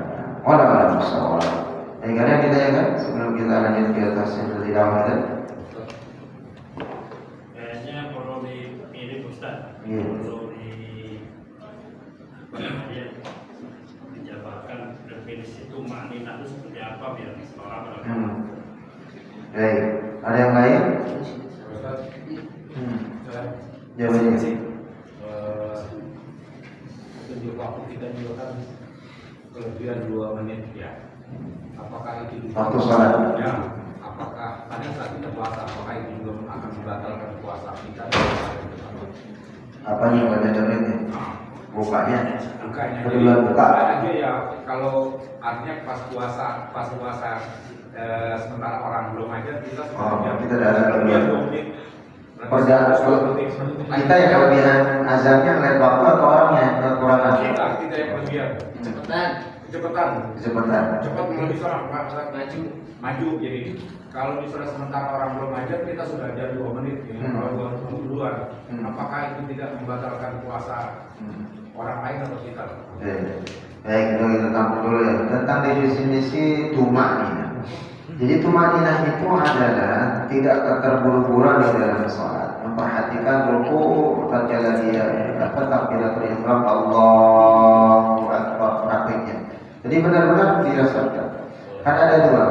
Boleh kita berniat di dalam maksudnya di dalam Al-Quran sholli fardhu isya'i arba'a raka'atin ma'muman lillahi ta'ala wa man istaqbilal qiblati fardhu lillahi ta'ala. Baru kita Allah. Cukup di sana di dalam niat dalam hati menggunakan bahasa Arab, bahasa apa saja tanpa dizahirkan. Mau dizahirkan saja harus menggunakan bahasa Arab. Lafalnya diucapkan. Tapi kalau nggak diucapkan mau pakai bahasa Sanskerta, mau pakai bahasa apa aja Allah Maha paham. Tapi tatkala dizahirkan maka harus usolli dan seterusnya. Yang bisa mengucapkan Allah Maha Besar, misalnya diartikan kan harus menggunakan Allah. Nah, sebagian ulama juga ada berpendapat tatkala Allahu Akbar itu dibarengi dengan niat, dimantapkan lagi. Misalnya tadi, usolli fardhu isya'i arba'a raka'atin ya ma'muman lillahi ta'ala. Ya. Jadi tatkala kita melafalkan Arabnya tadi, dan tatkala kita Allah tentang Allah Akbar sampai ke kuping itu kita niat di dalam hati menerjemahkan tadi niat kita dengan zahir tadi, tapi di dalam itu boleh. Tapi sekiranya bisa merepotin, ya cukup dengan tadi niat sebelum itu sudah cukup. Gitu ya. Maka urutan ini itu bagian daripada tumakninah. Nah, tatkala kita ruku, ya sebagaimana kemarin yang kita sudah sampaikan, ada aturan-aturan ruku. Apakah takbir duluan baru ruku, ya, atau berbarengan takbirnya dengan ruku, atau ruku duluan baru takbir, gitu ya. Banyak orang seperti itu. Jadi dia berbarengan Allahu Akbar. Ada dia ruku duluan Allahu Akbar baru udah sampai kepalanya sujud baru dia Allahu Akbar selesai di sini. Bagaimana yang lebih afdal? Mudah kita jelaskan. Ya. Bahkan ada ulama di mana menyampaikan seandainya orang itu misalnya duluan gerakannya ketimbang di takbir tatkala ruku itu bisa membatalkan sholat. Ada yang berpendapat seperti itu. Maka selesaikan Allahu Akbar baru gerakan ruku itu belakang. Karena berdasarkan Allah dulu, Allah Maha Besar baru gerakan. Ya, sami'allahu liman hamidah. Ya, baru dari gerakan itu boleh kita menyamakan berbarengan dengan gerakan atau ucapan berarti itu bagian dari tumakninah. Jadi yang bukan tumakninah itu bagaimana? Allahu Akbar, Allahu Akbar. Jadi belum selesai makmum itu membaca 3 kali daripada yang seharusnya aturannya dia membaca, dia sudah bangkit, atau yang termasuk tidak tumakninah itu tidak berurutan, tidak berurutan, ya berurutan dengan ada sampai jamaah dan dia pun ngos-ngosan, jadi ngos-ngosan dengan sholat. Itu termasuk bisa. Dan itu bisa ya, memakmurkan atau bisa membatalkan sholat. Gitu ya. Lalu berikutnya berkaki terbaik. Ya, jadi harus paling minimal itu ada jeda. Paling minimal ada entah itu berapa detik ya dalam dari sempurnakan gerakan. Ya, menyempurnakan gerakan, ya, memantapkan gerakan. Sama dengan ruku. Banyak orang yang tidak sempurna dalam ruku. Karena ruku itu hadis Rasulullah di Bulughul Maram atau yang lain, ukurannya air ditaruh di atas itu nggak jatuh, telur nggak meliting. Ya, ada sebagian orang dia begini posisinya ada terlalu bawah. Jadi benar-benar lurus. Bagaimana cara kita mengerjakan lurus atau enggak? Nah, disinilah. Nah, bagian dari kemarin, kenapa Rasulullah SAW itu memegang daripada tempurung di sini. Jadi bukan di bawahnya, bukan di atasnya. Kalau di atas dengkul ini pasti akan naik. Kalau dia di bawahnya akan terlalu lurus. Maka di sini bagian yang harus dipegang. Tempurung itu dipegang bukan di dalam sedekap saja. Yaitu sunnah. Nah, maka bagian itu menyempurnakan daripada masing-masing gerakan dan jangan terburu-buru di dalam. Walaupun di wasal sama dengan Al-Fatihah. Orang terjadi dia membaca zahir, ya jaharnya di rakaat pertama dengan kedua, kok beda ya? Jeda waktu dia membaca Al-Fatihah di rakaat pertama, rakaat kedua dia sama. Tapi tatkala salat Isya dan Maghrib kok di rakaat ketiga dan keempatnya rasanya kok cepat banget gitu imamnya. Nah, seharusnya tatkala imam itu mempunyai pemahaman fikih, dia harus sama sebenarnya. Memberikan kesempatan kepada makmum itu untuk juga menyelesaikan walaupun secara mazhab Syafi'i atau secara hukum ya bacaan imam itu sudah mewakili bacaan makmum. Tapi alangkah lebih baik juga makmum bisa lebih sempurna juga gitu, itu kebagian membaca suratul Fatihah. Nah, jadi beda halnya tatkala dia tertinggal suratul Fatihah, dia nggak baca apa jadi masalah. Dia ikut cuma rukuk saja sudah termasuk bacaan ditampung oleh imam. Ini pentingnya dalam imam tersebut. Ya. Jadi itu yang perlu perhatikan. Lalu berikutnya tentang tadi kelewat kekurangan waktu, misalnya 2 menit atau 1 menit, gitu ya. Tempat lain belum ada, tiba-tiba sudah ada. Nah, inilah pentingnya manajemen dari musola dan masjid mengupdate daripada setiap hari, ya, dari apa? Jadwal waktu masuknya sholat, gitu ya, jadwal dan masuknya sholat. Nah, pentingnya juga kita yang mempunyai ilmu tadi supaya tidak rusak amal kita. Kan puasa ini bukan perkara makan dan minum. Jangan ujuk-ujuk misalnya di al-jihad yang kelebihan atau dia lebih cepat 2 menit misalnya dari waktu. Azan Allahu Akbar Allahu Akbar. Kan ada waktu doa dulu. Disunahkan. Makanya pentingnya berbeda orang yang berilmu berpuasa dengan orang yang tidak berilmu. Kalau yang tidak berilmu apa? Wah, langsung mana pola ini apalagi kalau buka bersama. Udah dirangkum semua, udah dilihatin, wah ini duluan ada ambil jebret aja makan. Disunahkan dan diutamakan di sana yang paling utama adalah doa. Doa dulu minimal al-basmalah. Ada yang perbedaan. Orang cukup hanya Bismillah saja. Doa Allahumma masuktu wa bika nggak ada dalilnya dan seterusnya. Kalau ada yang mengatakan mentahada doa wa insyaallah itu juga nggak ada. Doanya itu juga sama-sama masih ada perbedaan pendapat ulama. Kalau ada yang mengatakan Allah maksud bika aman dan seterusnya itu tidak ada dalilnya, nanti kita bahas. Itu ada dalilnya. Kalau dikatakan mengganti itu juga bukan itu dalilnya, karena itu ditempatkan selesai kita makan. Selesai kita berbuka makan minum selesai, udah kenyang, udah cukup, baru baca dahaga gamau. Karena artinya apa? Telah hilang lapar, dahaga dan seterusnya. Itu tempatnya diselesai makan, bukan sebelum buka puasa. Salah itu kan keliru juga. Cukup dengan basmalah. Memang semua diawali perbuatan kita dengan al-basmalah. Maka jangan kita saling menyanyikan. Sama-sama ada dalilnya. Ya, kita berdoa Allahumma laka aslamtu wa bika. Itu kan baik. Ditambah dengan doa Allah maghfirli Allah farja'an waladi waladi. Ya Allah jadikan anak masalah. Ya Allah, ya jadikan puasa ipannya soalnya kan ada sampai lebih dari 2 menit. Ya, menunggu sholat. Nah, konteksnya adalah kalau kita tidak sengaja tidak membatalkan puasa. Ya, akan tetapi lebih hasilnya tadi doa kita dulu. Akan tetapi yang menjadi patokan yang mana adalah tempat kita sholat berjamaah. Mana yang adzan pertama kita dengar, itulah saatnya berbuka puasa. Gitu ya. Itu tempat berbuka puasa. Dan itu menjadi keputusan kita. Yakin tidak sudah masuknya berpuasa, ya membatalkan puasa. Walaupun misalnya kurang masih 3-5 menit, insya Allah itu akan menjadi sah. Keyakinan tadi. Ya, kalau tempat kita berjamaah. Karena kita dengar belum misalnya jauh, akan dengar yang lebih kedengaran masalah ini, masjid ini. Walaupun masalah kita belum, ternyata di masjid lain itu sudah kedengaran suaranya, maka itu yang menjadi patokan dan kita memilih. Ya, konteksnya ya. Nah, di dalam konteks yang lain, contoh yang lain, misalnya gini, kita misalnya mempunyai keyakinan kain kita ini bersih.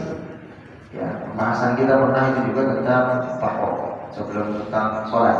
Ya, tentang najis, tentang Umar bin Khattab kalau tidak salah, sahabat yang lain itu berjalan ternyata dibuangin air. Ya, sahabat yang belakang, air apa yang kamu buang? Langsung menegur, jangan tanya dia air apa yang dia buang. Ya, jadi takutnya meragu-ragu karena kecipratan baju ini najis atau enggak. Karena dengan ini mengatakan kalau kita yakin kain kita ini bersih, bisa digunakan untuk sholat, walaupun di sana ada hadzan, maka dia menjadi sah. Tapi kalau ragu-ragu hal yang berbeda. Maka yang membedakan antara air ludah ini bisa halal dan bisa menjadi haram, tatkala kita apa? Ragu-ragu dan yakin. Tatkala kita ragu-ragu dia jijik, tatkala kita telah menjadi haram. Tidak boleh, gitu ya. Tapi tatkala kita tidak jijik, maka dia menjadi halal. Ya, jadi tapi dalil ini nanti jangan dijadikan sebagai dalil tatkala makan daging babi, berbeda karena sudah dalilnya sudah tertera. Ya, al-khinzir itu di dalam Al-Quran sudah ada, gitu ya. Begitu juga dengan binatang-binatang yang bertaring dan berkuku. Semua binatang yang taring dan berkuku itu hukumnya apa namanya? Gitu ya. Ya, sama dengan konteksnya ada perbedaan yang pendapat antara Imam Hanafi, Malik, Syafi'i dengan Hanbali tentang air liur daripada anjing. Gitu ya, atau memelihara. Ada sebagian yang kita lihat orang-orang muslim memelihara anjing, baik itu untuk misalnya menjaga rumah dan juga itu ada yang bisa diperbolehkan. Yang dinajiskan apanya? Apakah air liurnya? Apakah seluruh badannya? Ya, apakah kotorannya dan seterusnya? Nah, kalau kesepakatan yang tidak ada perbedaan pendapat, kotoran kencingnya semua binatang yang haram hukumnya dimakan itu najis. Ya, bertaring, bergigi, semua yang tidak bisa dimakan itu najis, gitu ya. Akan tetapi ada perbedaan di air liur, di badan dan seterusnya. Di mazhab Syafi'i ada kira tadi, ya, baik di air liurnya, badannya tatkala dia basah, ya, tersentuh, maka tadi termasuk dari benda najis, moga lambang. Ya, dicuci dengan berapa kali? 7 kali, dan salah satunya dengan menggunakan air liur. Kenapa sebabnya? Ternyata di air liurnya anjing dengan air liurnya kucing itu berbeda secara medis. Kalau air liurnya anjing itu banyak mengandung bakteri-bakteri yang berbahaya, maka disucikan dengan tanah satu kalinya karena tanah bisa menterisir. Sampai seperti itu hadis Rasulullah dibuktikan. Sedangkan kucing, ya berapa banyak hadis Rasulullah SAW itu sampai ada minum di bejana itu tidak najis. Sampai ada salah pernah menggunakan untuk bersuci. Tapi bagaimana dengan kotorannya? Kencingnya apakah najis kan? Najis, tidak macam-macam. Karena dia bertaring dan berkuku tajam. Gitu. Maka ada sebagian orang, maka saya walau misal dari mana dalilnya orang yang memelihara kucing, ya nanti akan ditempatkan khusus dan seterusnya. Sama berlakunya dengan binatang yang lain. Gitu ya, sama perlakuannya dengan binatang yang lain. Gitu ya. Justru yang jadi masalah di sini di dalam hadis diterangkan peliharaan termasuk yang disebutkan dalam hadis itu burung dara dan seterusnya itu nyokol di rumahnya saudara kita bersama muslim, bukan di atas atap kita. Mohon maaf kotoran di sana, nah itu bisa menjadi masalah. Begitu juga dengan peliharaan yang lain, termasuk ayam, kucing dan seterusnya. Kalau sudah kotoran dan kencingnya bisa meresahkan tetangga yang lain dan mengganggu yang lain, maka itu menjadi dosa, menjadi masalah. Seperti itu. Cukup jelas kan? Nah, belum puas. Hah? Jadi harus dirubah itu ya Pak. Kalau itu mah aman, gampang gitu. Jadi kalian nggak terus kita ya di Google waktu sholat Bekasi kota cang mau keluar, ya, tinggal dikondisikan saja. Dan sebaiknya adzan itu kan kalau kita mau adzan dari Ramadan kan doa dulu. Innallaha wa malaikatahu yusholluna 'alan nabi ya terus seterusnya kan itu butuh berapa detik tuh? Bukan deh. Nah. Biasanya gini. Ini kan terjadi bukan setahun lagi ya, sudah lama. Terus memang yang update ini kebetulan kayak kita sedang di luar kota. Jadi permasalahan ini kalau kita sudah tahu kalau bila biaya jangan dulu nanti kurang 2 menit baru kita ajar. Yang jadi masalah anak-anak nih belum apa otomatis kan seluruh kampung yang dengar di sini yang tidak tahu itu minum aja bismillah. Jadi kalau misalnya kejadian seperti itu kita angkat barokah aja gitu Pak. Enggak, kalau kan begini. Kalau ilmu adzan misalnya anak-anak, kelebihan hatta misalnya 5 menit, setengah jam ukurannya gitu kan. Ukurannya Allah langsung buka puasa, yakin dia sah puasanya. Jadi dia sah. Kalau dia yakin, karena dia nggak tahu kecuali mohon maaf. Sebenarnya tes gitu kan. berbeda. Tes gitu kan kerjain orang kadang-kadang tes gitu. Jadi artinya tidak bermasalah. Iya, konteksnya hukum itu tetap berlaku dan kalau seorang tidak tahu itu sah. Tidak tahu. Tapi sengaja dia udah tahu sengaja ya untuk menjaga atau melakukan maka besar. Kita tahu tapi kita tidak perbaiki termasuk perbedaan. Kalau udah tidak tahu misalnya salah atau tidak memperbaiki hal itu kan itu dalam hal manajemen saja itu dalam hal manajemen saja. Ya, jadi intinya ketika kita berpuasa ya tadi ada ilmu yang harus berdoa sebanyak mungkin sebelum kita berbuka dan setelah berbuka. Jadi jangan masuk ini langsung makan dan seterusnya. Takutnya nanti sakit perut juga. Doa yang banyak bisa.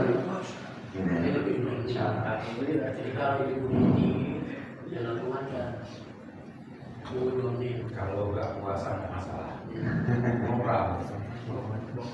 Ya, baik insyaallah nanti tinggal mengkondisikan. Kalau sekarang sudah zamannya canggih, HP sudah ada. Enggak ini jadi patokan itu enggak segera mutlak. Muazzinnya tinggal lihat HP. Kalau orang nggak usah titip, nggak usah perhatikan. Apa namanya? Ustaz Yahya kalau tadi udah paham juga dia. Lanjut banyak kan, lanjut di sini. Iya. Berapa? Kan ada asisten dari orang di sini kan? Asistennya lari Pak, Ustaz. Enggak sanggup. Masih ada bapak-bapaknya kan mungkin ya yang angkat apa namanya minuman tehnya makanannya kan bapak-bapak. Pade itu pade. Puasa suruh kesini aja besok. Pengawasnya pade. Baik, insyaallah. Baik, kita lanjutkan sedikit di tilawah. Kemarin sampai surat berapa? 57. Berapa? 5? 57. 57 terakhir ya. Terakhir. Baik, kita masuk ke 58. Idh qulna dkhulu hadhihi al-qaryata faqulu minha. Ada dikasih tugas kemarin? Untuk ulang atau lanjut dibaca? Baik, kita lanjutkan di 58. Ya, saya terdengar sedikit. Ini udah jam 8:30 lebih. Ya, baik kita perhatikan di ayat 58. Ya, ini ayatnya panjang-panjang, motong-motongnya nanti di mana? Nah, ini perlu. Apalagi di ayat ke bagian terakhir 61. Yang 61 itu hampir setengah halaman. Baik, kita lanjutkan. A'udzu billahi minasy syaithanir rajim. Sama-sama. A'udzu billahi minasy syaithanir rajim. Bismillahirrahmanirrahim.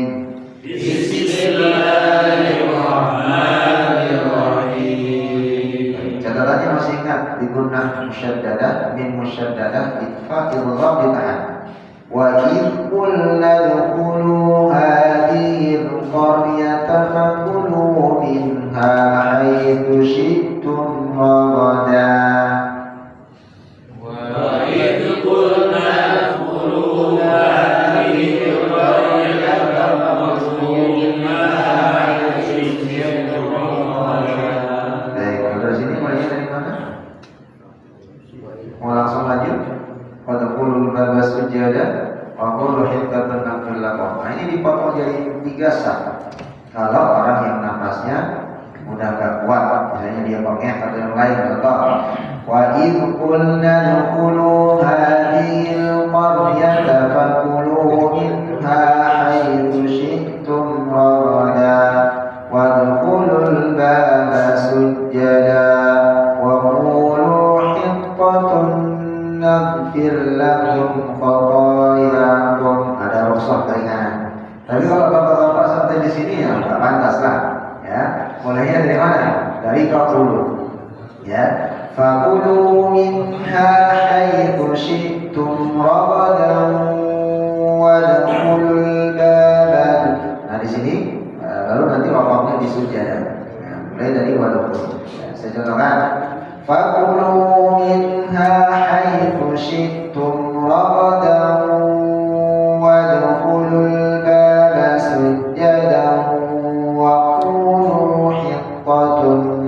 naghfir lakum khatayakum. Baik, sama-sama.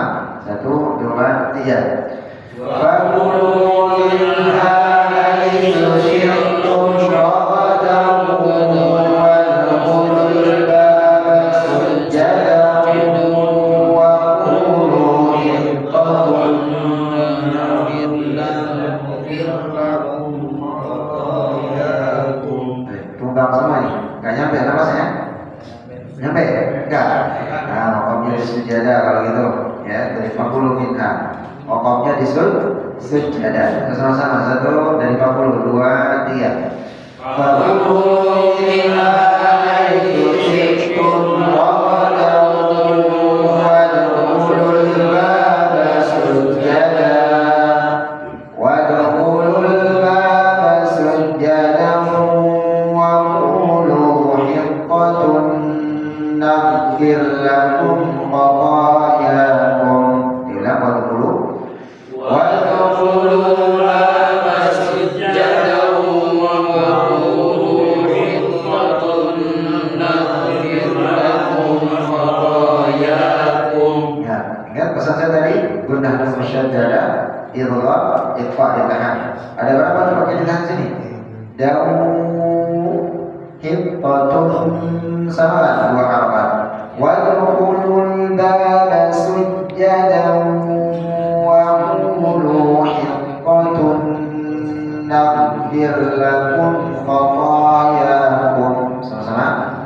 Wadkhulul baba sujjadan wa qulu hiqqatun naghfir lakum khatayakum. Coba kita dari sini, dari Pak dan Pak berdua coba. Wadkhulul baba sujjadan wa qulu hiqqatun naghfir lakum khatayakum. Tambah lagi setengah harakat, menahan. Wadkhulul baba sujjadan langsung maju karena wa qulu hiqqatun. Tiga lagi malu dengan satu. Wadkhulul baba sujjadan wa qulu hiqqatun naghfir lakum khatayakum. Baik, dari Pak Edi sampai Gabriel 2-3 jawab. Wadkhulul baba sujjadan wa qulu hiqqatun naghfir lakum khatayakum. Tambah lagi satu harakat. Haddautun. Sekali lagi Wadkhulul baba sujjadan wa qulu hiqqatun naghfir lakum khatayakum. Baik, debat yang maka bertiap. Wadkhulul Wadkhulul baba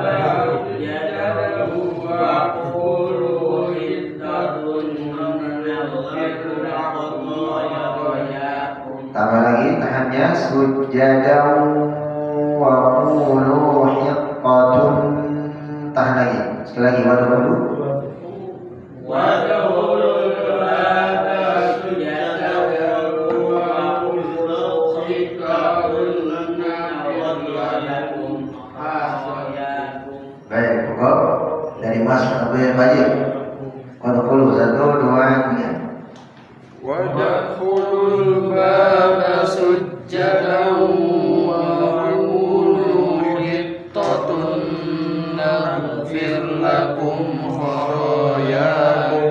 Ya, coba kurang sabar semua menahannya ya. Coba sabar, kalau sabar lamanya.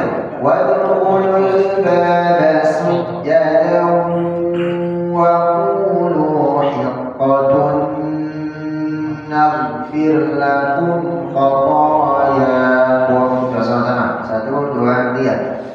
Wadkhulul baba sujadan wa qulu hiqqatun naghfir lakum khatayakum.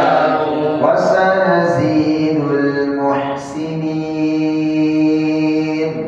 Wasanazidul muhsinin. فبدل الذين ظلموا قولا غير الذي قيل لهم فأنزلنا على الذين ظلموا فبدل الذين ظلموا قولا غير الذي قيل لهم فأنزلنا على الذين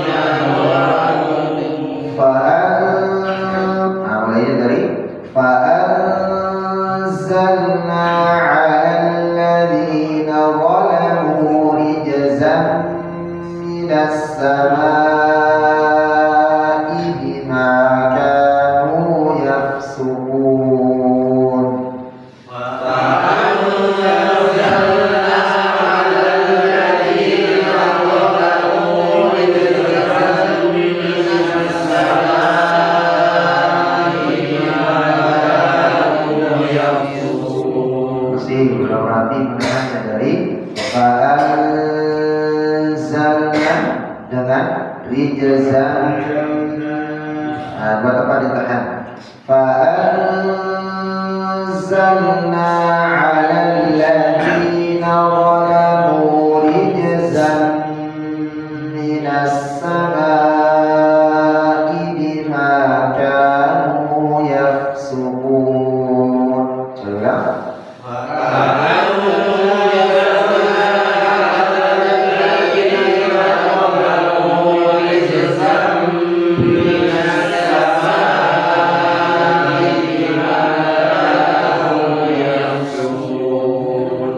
وَإِذِ اسْتَسْقَى مُوسَى لِقَوْمِهِ فَقُلْنَا اضْرِب بِّعَصَاكَ الْحَجَرَ. وَإِذِ اسْتَسْقَى مُوسَى لِقَوْمِهِ فَقُلْنَا اضْرِب بِّعَصَاكَ الْحَجَرَ. Nah, jadi di sini faqulna rib bi'asakal hajar. Banyakan orang masih bacanya faqulna rib bi'asakal hajar. Hilang apa? Botnya sudah tinggal ya.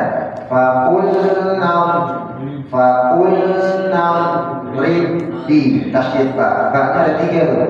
Ba-nya pertama sukun, ba di tasydid itu sukun lagi, ba-nya yang ketiga baru berharokat kasrah. Jadi double, 3 ba-nya itu aslinya ya, bukan 2 ya. Ba yang satu lagi di mana? Di ba yang tasydid. Itu ada 2, pertama sukun baru yang kedua berharokat. Semua huruf yang bertasydid itu 2 huruf yang sama. Pertamanya sukun, keduanya baru yang harokatnya asli ya. Jadi cara membacanya wa idistasqa Musa liqaumihi faqulna idrib bi'asakal hajar. Sama-sama. Wa idistasqa Musa liqaumihi faqulna idrib bi'asakal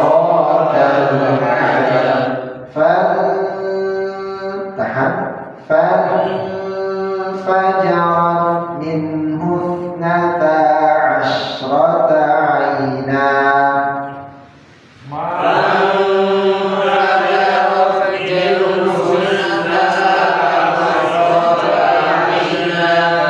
قد علم كل أناس مشربهم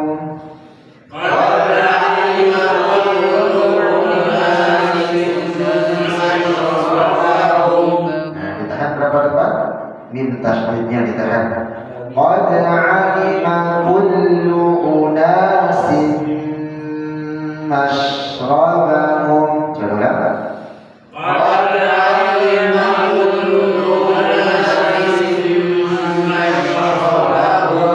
Kulu washrabu min rizqillahi wa la ta'thaw fil ardi mufsidin.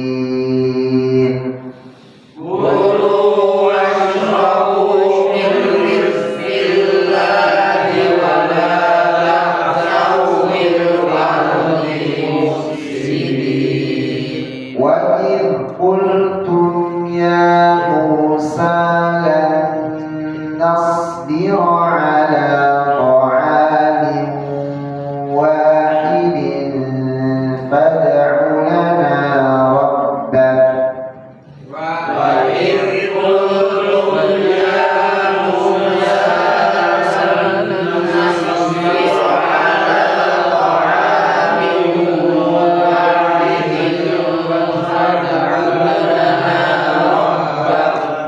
nyampe lapasnya ya. Nah, berarti ada berapa pernikahan? Pertama nun tasdid lan, lalu yang kedua ta'aniu, lalu yang ketiga wahidiu, harakat. Sekali lagi. Wa idh qultum ya Musa lan nasbira ala ta'amin wahidin fad'u lana rabbak. Bersama-sama.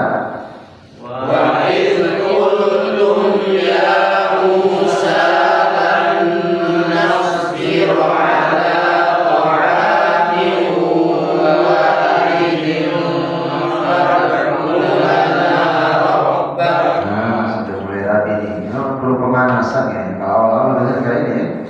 Ya, ulang dari mana? Fad'u lana. Fad'u lana rabbaka yukhrij lana mimma tunbitul ardu min baqliha.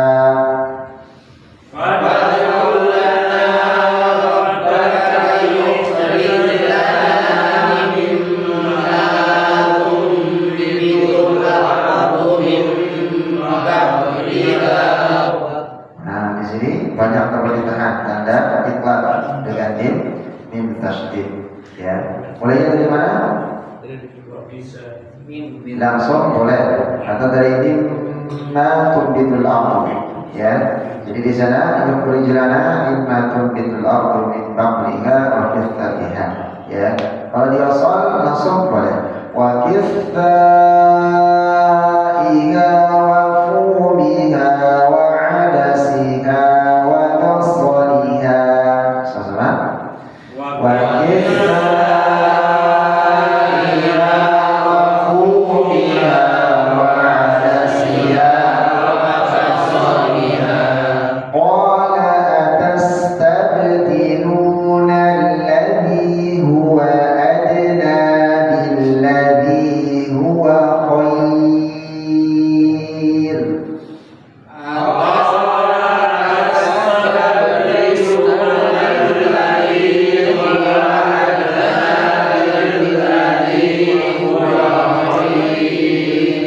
Khair berapa rakaat? Hah? Berapa rakaat? Khair bila Quraisy sama dong. Hah? Nah, kau bacanya apa? Mad, la, lain, ya. Qala tastabdiluna alladhi huwa adna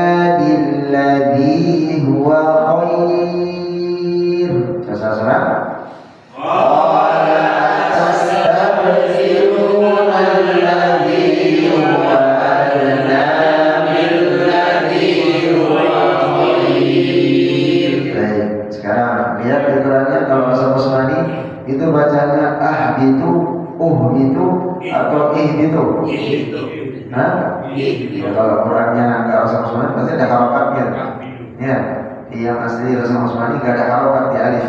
Ya, ihbitu lihat harokat ketiga, huruf ketiga. Ketiganya kasrah ikut kasrah. Kalau harokat ketiganya fathah jadi kasrah tetap. Kalau harokat ketiganya dhammah baru ikut dhammah. Jadi fathah kasrah kasrah dhammah dhammah itu rumusnya. Ya. Ihbitu misran fa inna lakum ma sa'altum. Sama-sama. Ihbitu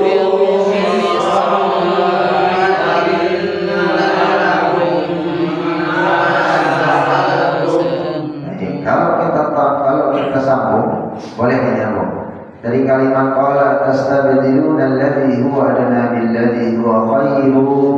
Apa kalau disambung kalau khairuh bitu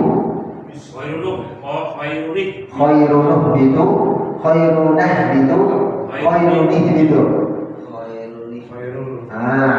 Di sana jadi non al-mithaya ya.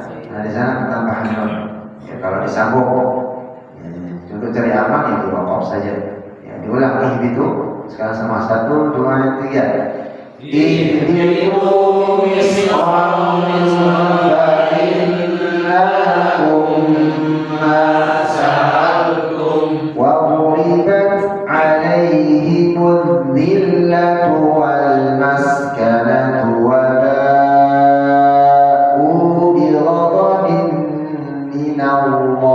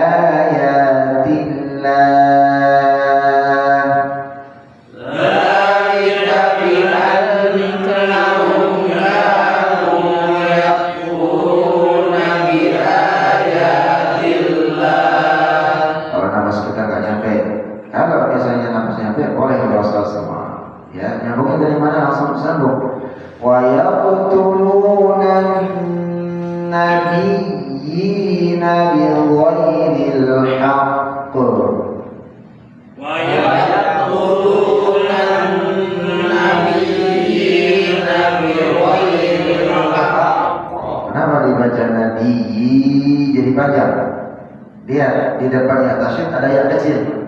Itu sukun. Nah, ya-nya di sana 3 ini. Ya yang pertama di tasydid ada 2 dan ya setelah tasydid itu ada ya kecil. Jadi jangan orang membaca banyak orang baca wa yaqtuluna nabiyina bi ghairil haqq. Nabi enggak ada tasydid. Atau dipendekkan nabiyina bi ghairil haqq.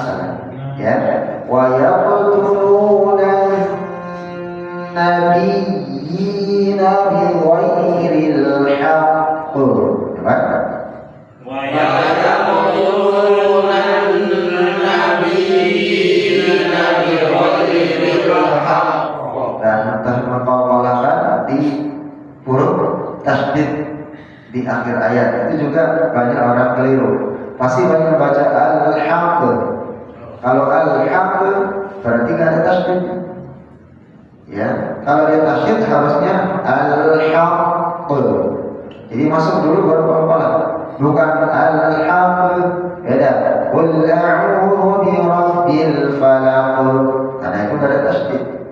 Ya, kalau di sini tasydid harus masuk dulu baru pelan-pelan. Ya, wa yaqtuluna nabiyina bi ghairil haqq. Ya, sama-sama. Wa yaqtuluna nabiyina bi ghairil haqq. Dzalika bima 'asaw wa kanu ya'tadun.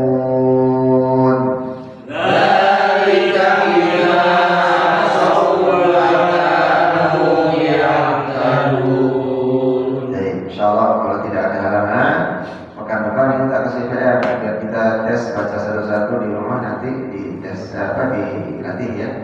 insyaallah. Jadi ini sebagai PR nanti di pekan depan kalau nanti nggak ada halangan, insyaallah nanti ini sebagai apa namanya tugas tulisan. Catatannya di mana? Sekali lagi, catatannya kalau masih lemah di menahan, sabar menahan, tasdid nun, mim tasdid, ikhfa, idgham dan seterusnya. Dan nanti insyaallah di pekan depan saya sedikit tambahan materi dengan tanda atau alamat waqaf. Mana berhenti boleh, mana disambung harus, mana yang harus boleh sambung boleh, ada berhenti dan seterusnya. Baik, kita cukupkan. Karena ini sudah jam 9 kurang 1 menit. Sama-sama kita berdoa kepada Allah Subhanahu wa taala. Allahumma shalli ala Muhammad wa ala ali Muhammad. Kama shallaita ala Ibrahim wa ala ali Ibrahim fil alamin innaka Hamidum Majid. Allahumma ighfir lana dhunubana, Allahumma ighfir lana dhunubana, Allahumma ighfir lana dhunubana wa dhunuba walidina. Warhamhum kama rabbawna shighara, warhamhum kama rabbawna shighara ya arhamar rahimin. Allahumma ighfir lil muslimina wal muslimat wal mu'minina wal mu'minat wal ahya'i minhum wal amwat ya qadiyal hajat. Allahumma taqabbal li kulli du'aana, Allahumma taqabbal li kulli hajatana, Allahumma taqabbal li kulli a'malina min amalin salih.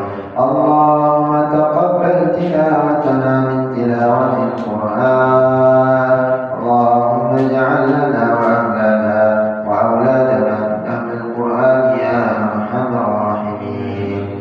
Ya arhamar rahimin, irhamna ya arhamar rahimin. Allahumma rabbana astadhibil ba's, ishfina wa anta shafi'. لا شفاء إلا شفاء شفاء لا يغادر سقما.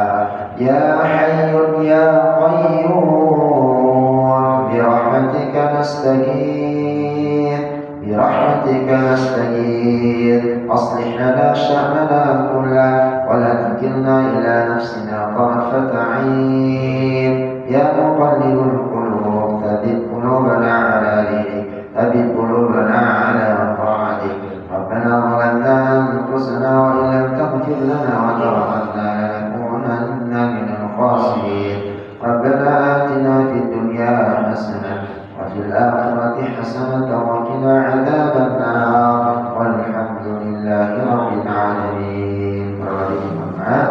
Tidak kesalahan keliruan dalam penyampaian, kebenaran Allah Subhanahu wa taala.